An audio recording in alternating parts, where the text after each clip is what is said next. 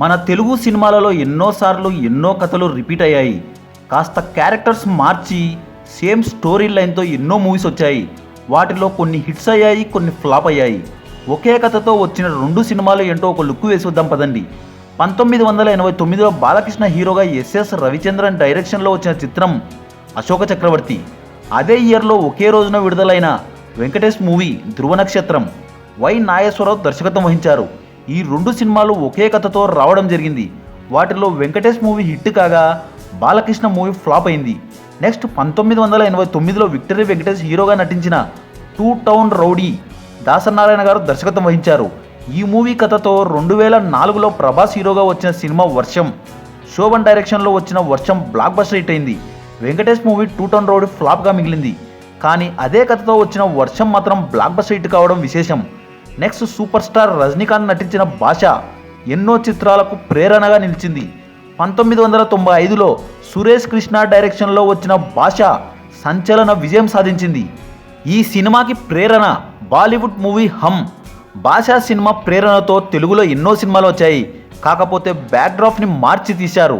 మన టాలీవుడ్లో అదే తరహా కథతో వచ్చిన మొదటి సినిమా సమరసింహారెడ్డి. అయితే సమరసింహారెడ్డిలో రాయలసీమ బ్యాక్డ్రాప్ ఉంటుంది. హీరో ఫ్లాష్ బ్యాక్, హీరో తన గతాన్ని వదిలేసి అజ్ఞాతంలో ఉండడం అంతా సేమ్ ఉంటుంది. తెలుగులో ట్రెండ్ సెటర్ మాత్రం సమరసింహారెడ్డి సినిమానే. ఈ సినిమా ప్రేరణతో చాలా సినిమాలు వచ్చాయి. ఈ మూవీని పోలి ఉండే సినిమాలు నరసింహనాయుడు, ఇంద్ర, సింహాద్రి. అన్ని సినిమాలు బాక్స్ ఆఫీస్ హిట్లే. సమరసింహారెడ్డితో అందరూ ఫ్యాక్షన్ బాటలో హిట్లు కొట్టేశారు. బాలయ్య డిక్టేటర్, రవితేజ బలుపు సినిమా కూడా ఇదే టైప్లోనే ఉంటుంది. నెక్స్ట్ 2003లో వచ్చిన సూపర్ స్టార్ మహేష్ బాబు ఒక్కడు సినిమా ఎన్నో చిత్రాలకు ప్రేరణగా నిలిచింది. హీరోయిన్ని కాపాడటం అనే కాన్సెప్ట్తో చాలా సినిమాలు వచ్చాయి ఒక్కడు సినిమా తర్వాత. ఈ టైప్ కథలతో వచ్చిన సినిమాలు గుడుంబా శంకర్, రెడీ, ఆట. కానీ ఒక్కడు సినిమాని మించి ఏ సినిమా అంత హిట్ అవ్వలేదు. రెడీ సినిమా సూపర్ హిట్గా నిలిచింది. నెక్స్ట్ శ్రీను వైట్ల డైరెక్షన్లో వచ్చిన దూకుడు, ఆగడు, బాద్షా అన్నీ ఒకే టైప్లోనే ఉంటాయి. వీటిలో ముందుగా వచ్చిన దూకుడు బ్లాక్ బస్టర్ హిట్గా నిలిచింది. నెక్స్ట్ ఎన్టీఆర్ టెంపర్, కళ్యాణ్ రామ్, పటాస్ కూడా ఒకే టైప్లోనే ఉంటాయి.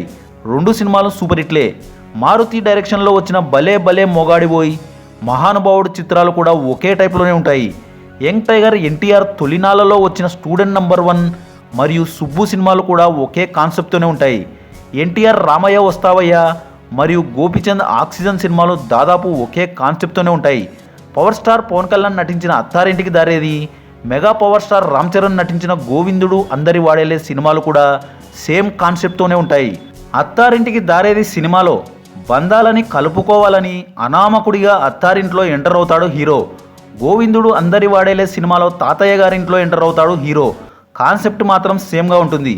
వీటిలో అత్తారింటికి దారేది సినిమా ఇండస్ట్రీగా నిలిచింది.